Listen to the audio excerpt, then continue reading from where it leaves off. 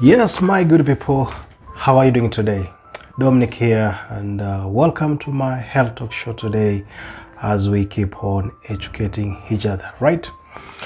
So today there is a topic we want to talk about, and I want you to follow to the end as we keep on educating each other. There is what we call tinea infection. Sometimes you can call it teniasis. Yes, so many times people know it skin fungal infection. Yeah, that is what we want to talk about today. So first we want to define what is tinea infection before we talk much more details about this kind of infection. Many times people know it as mashiringi, but people don't know that there are very many types of this kind of skin fungal infection.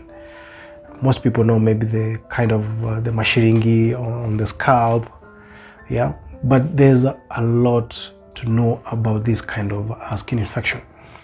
So basically we need to know what is tinea infection before we look at the different types of tinea infection. Tinea infection basically is a fungal infection that affect the skin, parts of the skin, different parts of the body, right? And they are categorized into different types depending on which part of the body it affects. So that's what we are going to look at. The most common is the Tinea corporis. Tinea corporis is the common people know, the ringworm, as you look at the picture, right? Tinea corporis or ringworm, basically this is the common type of skin fungal infection that affects skin of the body, including the trunk, the arms, and even the legs. It's a bit common in most parts of the body. That is now what we call Tinea corporis or ringworm. That is number one. Number two, there is what we call Tinea cruris. Sometimes you can call it jock itch. Tinea cruris, this is the type of ringworm that affects mostly on the groin and the thigh region. The groin, I believe you know where the groin is. Just the space or the place between the legs, the inner thighs, that is where the groin is.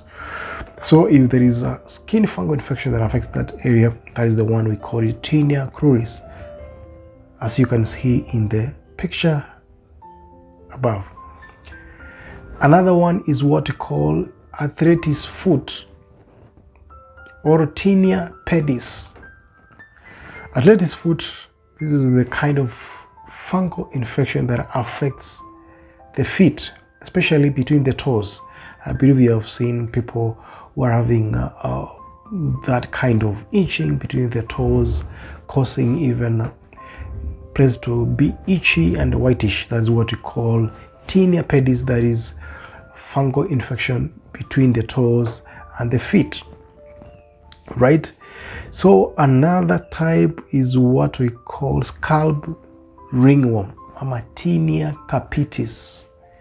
Tinea capitis, this is the kind of mashiringi that affects the scalp, the one which forms a ring-like kind of skin fungal infection, right? That is another type. And another type is nail infection, the one that affects the nails, right? Sometimes we call it tinea unguium or onychomycosis. Onychomycosis is the kind of skin fungal infection that affects the nails. It can be the toenails or it can be the fingernails, right? That is another type of tinea. And then we have another one called Tinea vascula. Look at the picture.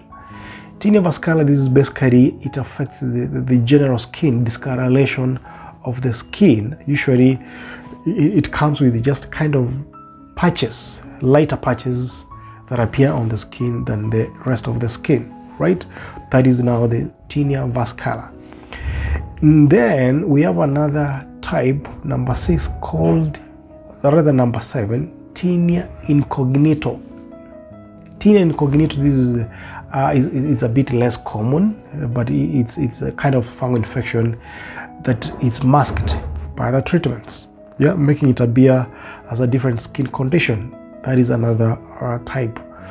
And then another type, Tinea barbae, Tinea barbae. Yes, this is a type of tinea or fungal infection that affects the hair follicles and the skin of the beard area. So if you have a kind of fungal infection on the beard area, that is now the Tinea barbae. Then there is another less common, Tinea fasciae. This is a type of that affects the face. Tinea manam, the type of fungal infection that affects the hands. So those are 10 types of tinea infection or fungal infection. I know you'll be interested to know how are they treated. In most cases, the treatment may almost be similar, or sometimes depending on which type, but mostly it's antifungals. When we talk of antifungals here, we have oral antifungals and the topical. In most cases, these kind of infections are treated well when you combine both the topical formulation and the oral medications. So if you have these kind of infection, always see your doctor, see your dermatologist. He or she will be able to advise you well on which type of medications that you can be able to use. So if you have any question that you may want to ask about this kind of infection, just WhatsApp me on the phone number that you are seeing down there, right? Or inbox me for further information. Otherwise, thank you for following. Keep on following my page. Subscribe to my YouTube channel as we keep on following each other and educate each other. Also, don't forget to follow my TikTok page as well as we keep on educating each other. Health is wealth. Bye.